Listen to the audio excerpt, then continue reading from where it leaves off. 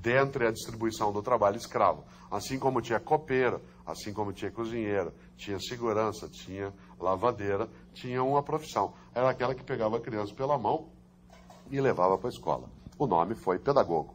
Claro, com o tempo, por extensão, esse termo passou a designar, né, quem se responsabilizava pela educação em geral dessa criança. Olha que coisa curiosa. Dentro dessa perspectiva, né, dessa visão de levar, muitas vezes a criança não encontra hoje no seu mundo, desde que ela cresce, outra companhia, e esse é um dado importante, a não ser, primeiro, em larga escala, especialmente os filhos de camada média e superior, em larga escala encontra o mundo feminino à sua frente como uma referência. Claro, não estou dizendo que o mundo feminino não tenha a sua força, a sua riqueza e a sua necessidade, mas ele não é um mundo exclusivo. De maneira geral, hoje, as crianças, quando se tornam adolescentes ou jovens e chegam para nós na universidade, eles são muito femininos no comportamento. Afinal de contas, eles são criados e convivem desde pequenos, em grande parte, ou com uma mulher que trabalha na casa, ou sendo acompanhados de manhã assistindo TV, com mulheres que fazem programas de manhã. Em alguns estados do Brasil, inclusive, isso traduz um transtorno na hora da escolaridade. De maneira geral, as apresentadoras de TV de manhã são loiras. E a criança, quando ela chega na escola, especialmente se ela não é de determinada camada social, quando ela entra na sala de aula, ela estranha a professora que ela tem na primeira série. Se a professora não for loira, por exemplo, isso traz algum desconforto entre o que ela está habituado como forma de aprendizado, de comunicação. Afinal de contas, ela passou 4, 5 anos sendo ensinada por alguém virtual, mas não tão virtual, e de outro lado, com outro tipo de imagem, de figura. É muito comum em alguns estados brasileiros, especialmente aqueles em que há uma parcela grande, né, de afrodescendentes, em que haja um descompasso em relação à entrada dentro do aparelho escolar. Não é só a preparação da criança para que ela lide com aquilo que a escola tem de especificidade, mas também com o hábito dela social ou até de convivência em relação ao que ela conhece. Quem não é da área de educação nem sempre percebe essas coisas. Essa criança que eu disse que se acorda sozinha, que às vezes faz a própria higiene, sem que alguém fique ao lado, e não tem ninguém que confira como ela está vestida, porque ela se troca, se veste e sai, e o café que ela toma nem sempre coincide com o horário dos adultos, tá? E ela vai. O único adulto, insisto, com quem ela toma contato normalmente em casa é a pessoa que trabalha na casa dela, para quem ela dá ordens, e com a qual ela mantém uma relação, né, de autoridade ou de hierarquia. Quando ela chega na escola, ela encontra um outro adulto, nós.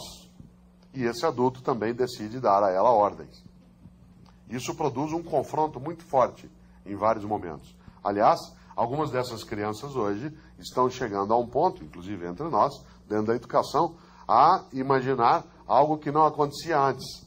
Crianças de 10, 11, 12 anos que, durante uma discussão, por exemplo, numa sala de aula, viram para a gente, põe o nariz no teu dedo e diz assim, eu pago o teu salário.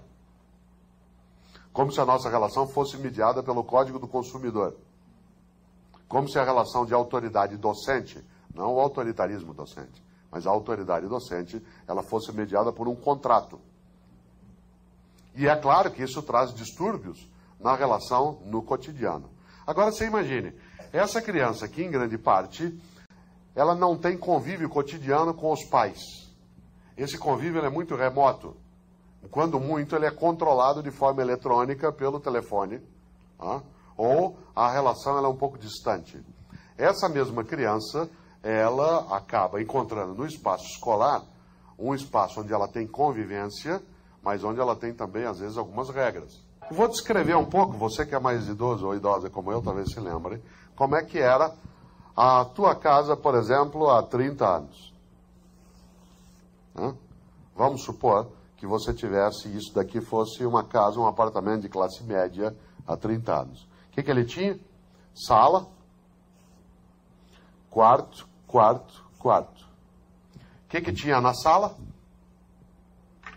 Tinha uma parede de TV, tinha sofá, tinha às vezes a mesa de refeições, etc. Tinha um lugar de convivência. que tinha no quarto? Tinha vitrola também aqui, né? O que tinha no quarto? Cama, guarda-roupa e às vezes um rádio. Cama, guarda-roupa e às vezes um rádio. Você chegava do trabalho às 6h30, 7 horas no máximo. Houve um tempo na história da humanidade que a gente chegava nesse horário. Né?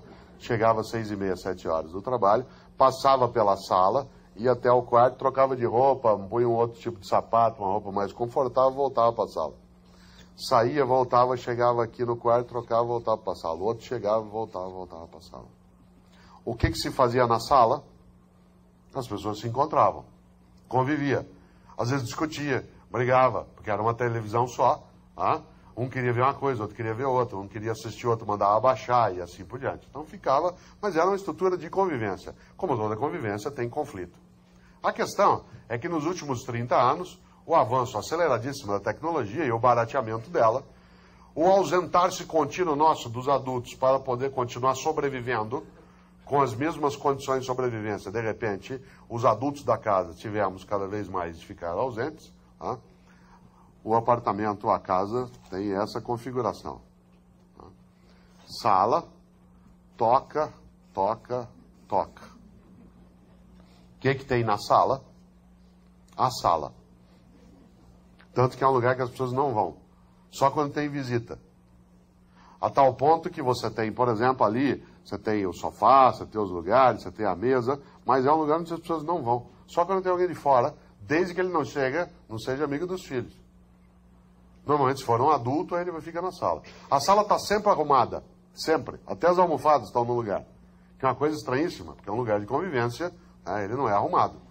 A sensação é que a sala está pronta para a qualquer momento entrar uma das revistas por aí e fotografar a sala. Está pronta. O que tem no quarto? Na toca? Tem TV, DVD, às vezes tem aparelho, tem cama, tem computador, tem internet. Isso.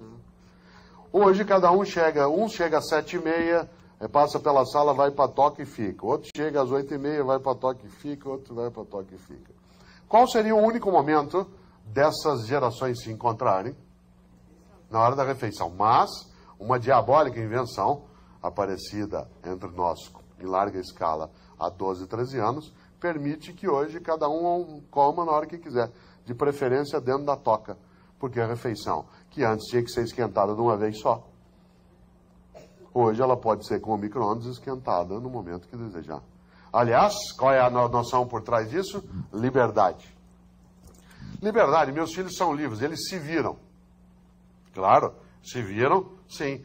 Precisa, inclusive, observar qual é o impacto que isso carrega nas crianças. Isso traz, claro, uma outra dimensão. Qual é, portanto, o local de encontro de uma comunidade dessa em que adultos se encontram com crianças, se for na mesma família? Qual é o local de encontro? O shopping. Certo? O shopping. É o lugar onde vamos ao shopping e aí, então, sai uma comunidade, né, em deslocamento. Essa comunidade de deslocamento se encontra dentro do carro durante um certo tempo e depois se separa dentro daquele local. Não estou, evidentemente, fazendo nenhum tipo de menção ao retorno ao passado. Isso seria uma tolice. Estou falando de coisas que se perderam e que não poderiam e que ajudam a entender um pouco, né, o mundo da criança hoje. Como é que ela olha a realidade, como é que ela percebe. Inclusive, ela entende que as relações elas têm mesmo que ser rápidas. Exemplo. A ideia, entre outras coisas, da noção de fast. Tudo é fast. Essa noção, inclusive, ela chega à ideia do fast food, que é uma coisa estupenda. Né? Essa noção estupenda, ela implica, por exemplo, que uma família, por exemplo, é capaz de sair, comer e voltar em 15 minutos. E entender isso como qualidade de vida. Né? E faz uma coisa básica.